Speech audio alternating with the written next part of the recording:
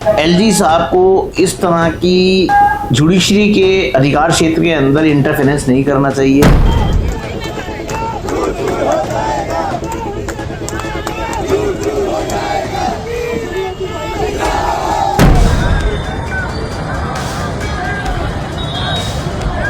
तो सरकार को आज नहीं तो कल पीछे हटना पड़ेगा। ये एक काला कानून है और मैं इसका पुरजोर विरोध करता हूँ। नमस्कार साथियों, मैं आपका दोस्त जयवेंद्र सहगल और आप देख रहे हैं न्यूज़ जनहित। हाल ही में दिल्ली के गवर्नर वीके सक्सेना ने एक आदेश जारी किया जिसमें कहा गया कि अब से पुलिस जो है सीधा कोर्ट रूम के बजाय अब सीधा पुलिस स्टेशन से ही अपनी गवाही जो है रिकॉर्ड कर सकती है वीडियो कॉन्फ्रेंस के जरिए कोर्ट रूम के अंदर, जिस पर जो है पूरी की पूरी दिल्ली न्यायपालिका के अंदर जो है हड़कंप सा मच गया है। वकीलों के अंदर काफ़ी रोष है, काफ़ी गुस्सा है और 21 और 22 अगस्त के बीच में काफ़ी बड़ी हड़ताल देखने को भी मिली। वकील सड़कों पर उतर गए और इस आदेश को जो है वकील लोग जो है काफ़ी इसको बड़ा खतरा बता रहे हैं जुडिशरी सिस्टम के लिए। अब मेरे साथ मौजूद हैं यहाँ पर रवि भार्गव जी, जो कि एडवोकेट भी हैं, करकटुमा हाईकोर्ट में भी हैं। अब आइए इनसे अब जानते हैं इस आदेश के बारे में। रवि भार्गव जी, आपका बहुत बहुत स्वागत है। नमस्कार। रवि जी, मुझे ये बताइए कि अभी ये आदेश जारी हुआ, इसमें जो है कि पुलिस जो है अब सीधा पुलिस स्टेशन से जो है अपनी गवाही रिकॉर्डिंग कर सकती है वीडियो कॉन्फ्रेंस के जरिए, पर इसमें सबसे बड़ा खतरा ये बताया जा रहा है कि जो क्रॉस क्वेश्चनिंग होती है वकील और एक पुलिस के बीच में, ताकि जो है एक बिल्कुल जो है स्थिरता से जो है न्याय हो, पर ऐसे में जो खतरा बताया जा रहा है कि जुडिशरी सिस्टम पे खतरा है, इसका ये माजरा क्या, ये बताइए। देखिए जमीन भाई, पहली चीज़ तो ये कि एलजी साहब को इस तरह जुडिशरी के अधिकार क्षेत्र के अंदर इंटरफेरेंस नहीं करना चाहिए, पहली चीज़। दूसरी चीज़ है डेजिग्नेटेड प्लेस अगर ये करना कुछ चाहते भी थे तो ऐसी जगह करते जहां पर आदमी फ्रीली और फेयरली काम हो सके। अगर क्रॉस एग्जामिनेशन की बात है तो क्या थाने के अंदर हो सकता है? आप मुझे एक बात बताइए, एक आम आदमी जब थाने में जाता है किसी चीज़ की कंप्लेंट लेके तो उसको घंटों तक बैठा के रखते हैं और उनकी कोशिश यही होती है पुलिस वालों की कि उसको वहीं सॉर्ट आउट कर देते हैं। कई बार तो उसकी कंप्लेंट रिकॉर्ड पर लेते भी नहीं और उसको भगा देते हैं। और समटाइम्स ऐसा भी होता है कि वो कंप्लेंट लेते हैं लेकिन उसके बाद कुछ करते नहीं, 2-4 चक्कर लगवाते हैं, तो उस आदमी को फिर हमारे जैसे वकीलों के पास आना पड़ता है और फिर हम लोग ही उसकी बात को आगे रखते हुए through court of law SHO को डायरेक्शन दिलाते हैं कोर्ट से, तब जाकर उसके अंदर कहीं एफआईआर होती है।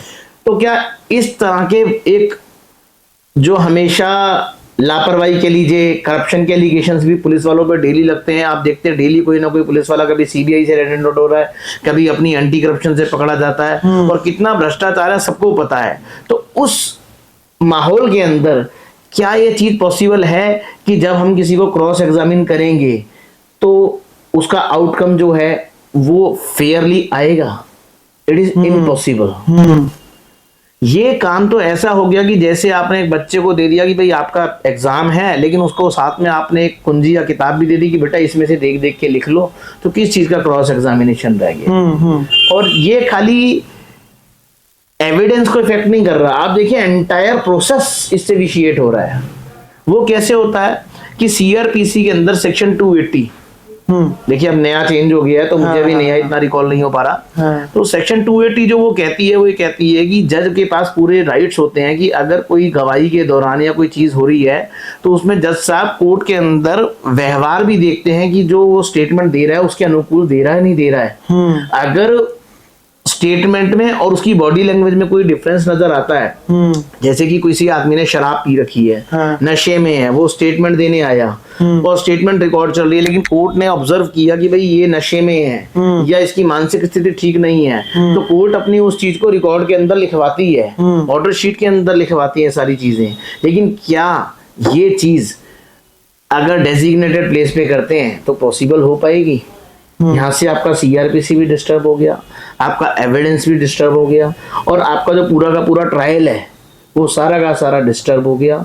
और जो पुलिस वालों को खुश करेगा, जो उनके मुताबिक चलेगा, उसको रिजल्ट मिलेंगे, तो ये न्याय व्यवस्था कहाँ रह जाएगी, किसको कैसे न्याय मिलेगा? ये मतलब इसको समझे कि जो सारी की सारी जो चीजें हैं, सारी पावर जो है पुलिस के पास ट्रांसफर हो जाएगी। हाँ, सारी पावर पहले ही पुलिस को दे रखी है उन्होंने। पुलिस वाले चाहते हैं तो एफआईआर करते हैं, उनका मन नहीं होता तो एफआईआर भी नहीं करते। जाओ कोर्ट में, और कोर्ट के अंदर जब जज साहब को लगता है तो वो डायरेक्शन देते हैं और तब एफआईआर होती है। और उसके बाद भी अगर एफआईआर हो जाती है तो ये लोग सोचते हैं कि हम इसको अरेस्ट करें या ना करें। हाँ। तो ये सारी पावर्स भी पुलिस के पास है।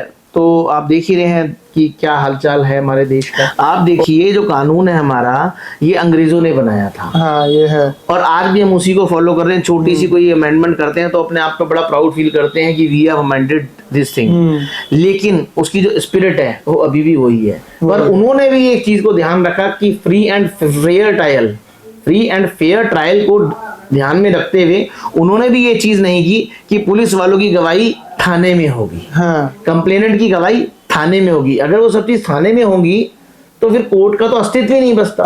हाँ। सरकार ने जो है ये मतलब एक तरीके से वकीलों के ऊपर एक कंट्रोल करने की कोशिश की। अब वो बिल को वापस ले लिया।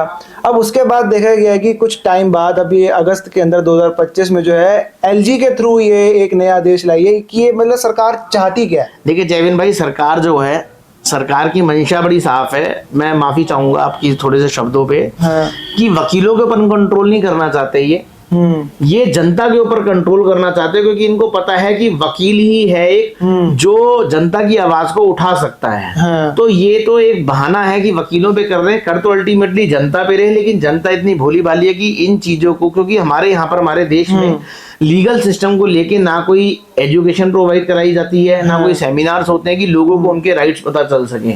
अल्टीमेटली हर आदमी को एक वकील के पास जाना पड़ता है अपने केस के लिए। उसको किसी भी तरह के उसके फंडामेंटल राइट्स, उसकी फंडामेंटल ड्यूटीज कुछ नहीं बताते, सिर्फ किताबों में लिखा हुआ है। जो बच्चे जब पढ़ते हैं तब तक उनको ध्यान रहता है, उसके बाद उसके ऊपर कभी जोर ही नहीं दिया जाता। इसके एडवर्स इफेक्ट क्या होंगे? देखिए, इसके एडवर्स इफेक्ट ये है कि जो सारा का सारा जुडिशियल सिस्टम है सारा कोलैप्स हो जाएगा। हाँ। आप देखिए, अगर थाने के अंदर आप बैठ के किसी की गवाही करा रहे हैं, सामने वाला आदमी खड़ा हुआ है और वो जो इशारे दे रहा है वो उसी के हिसाब से काम होगा, तो वो फ्री एंड फेयर ट्रायल कहाँ रह गया? तो आप न्याय की तो उम्मीद ही छोड़ दीजिए। जो पुलिस प्रशासन के साथ रहेगा, जो उनको खुश करेगा, उसका काम होगा। अब उसके अंदर आप इधर भी हो सकते हैं और इधर भी हो सकते हैं। तो इसका जो है मेन बेनिफिशियरी किसको देखा जा रहा है, और साथ में क्या है कि जनता पर जो अपनी फरियाद लेके आता है एक वकील के पास, जहाँ पर उसकी सारी एक उम्मीदें खत्म हो जाती हैं, चाहे वो पुलिस में एफआईआर लिखवाने जाता है, कहीं पर भी जाता है, किसी एमएलए या एमपी के पास जाता है, तो सीधा जो है एक वो लॉयर के पास आता है, वो अपनी कोर्ट में जो है अपील करता है। इसमें फिर जो है कि जनता और जुडिशरी और पुलिस के बीच में, इसमें तीनों में क्या रिश्ते में क्या फर्क पड़ेगा? देखिए, तीनों रिश्ते के जो तीनों चीजें हैं, जो हमारा कानून है वो तीन चीजों के ऊपर है: एग्जीक्यूटिव, लेजिस्लेशन एंड जुडिशरी। जब ये कॉन्स्टिट्यूशन बनाया तो इसलिए बनाया गया कि एग्जीक्यूटिव का काम था कानून को बनाना, लेजिस्लेशन का, और एग्जीक्यूटिव का काम था उसको इम्प्लीमेंट कराना, और जुडिशरी का काम था चेक एंड बैलेंस का। हाँ। तो इस तरह की चीजों से जो चेक एंड बैलेंस वाली स्थिति है वो खत्म कर रही है। ये तो अगर इस तरह से चलेगा तो समाज के अंदर एक निरंकुशता की भावना आएगी।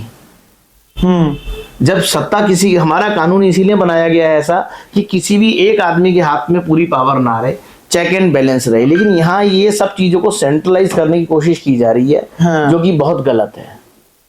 तो अब इसमें ये है कि अब क्या कहते हैं कि अब आगे की जो है आप लोगों की रणनीति क्या है? देखिए, वकील समाज जो है आज़ादी से पहले भी देश को आज़ाद कराने के लिए सबका बहुत योगदान रहा और कभी नहीं झुका। और मैं आपको विश्वास दिलाता हूं आपके चैनल के माध्यम से, आपका धन्यवाद भी करता हूं कि आप समय समय पर वकील भाइयों की आवाज उठाते हैं। इस बार भी यही होगा, सरकार को आज नहीं तो कल पीछे हटना पड़ेगा। ये एक काला कानून है और मैं इसका पुरजोर विरोध करता हूं। और मैं आपके चैनल के माध्यम से आम जनता से भी रिक्वेस्ट करता हूं कि ये खाली मुद्दा वकीलों से जुड़ा हुआ नहीं है। आप इसको अपने ऊपर प्रहार मानिए, आप हमारे साथ हमारी लड़ाई में आइए और हमारा साथ दीजिए, हमें मजबूत बनाइए। ये कहना कि वकील साहब का है मुद्दा, वकील साहब कर रहे हैं, आप देखिए जब तक आपके ऊपर कोई केस नहीं लगता तब तक आपको वकील वकील नजर आता है। उसके बाद एक इंडियन आर्मी के बाद एक वकील ही है जो मैदान छोड़कर भागता नहीं है। बिल्कुल सही बात कही आपने। जैसा कि आपने देखा कि रवि जी ने काफी अच्छे से इसको समझाया और जिससे कि पता लगा कि देखिए सबसे पहली बात, इस भारत के जो है 4 स्तंभ होते हैं, आप सभी को पता ही है, एग्जीक्यूटिव, लेजिस्लेटिव, जुडिशरी और मीडिया। अगर जुडिशरी ही इसमें कॉम्प्रोमाइज़ हो जाएगी तो आप सोच सकते हैं कि फिर इंडिया का क्या हाल होगा। अब मैं इसी बात को अब यहाँ पर जो है अब ख़त्म करते हुए आप सभी से गुजारिश करता हूँ कि अगर आप इसी चीज़ को समझते हैं तो आप इसके खिलाफ आवाज़ उठाइए। और मैं आपका दोस्त जयवेंद्र सहगल, आप देखते रहे न्यूज़ जनहित। मिलते हैं आपसे एक नई पेशकश के साथ।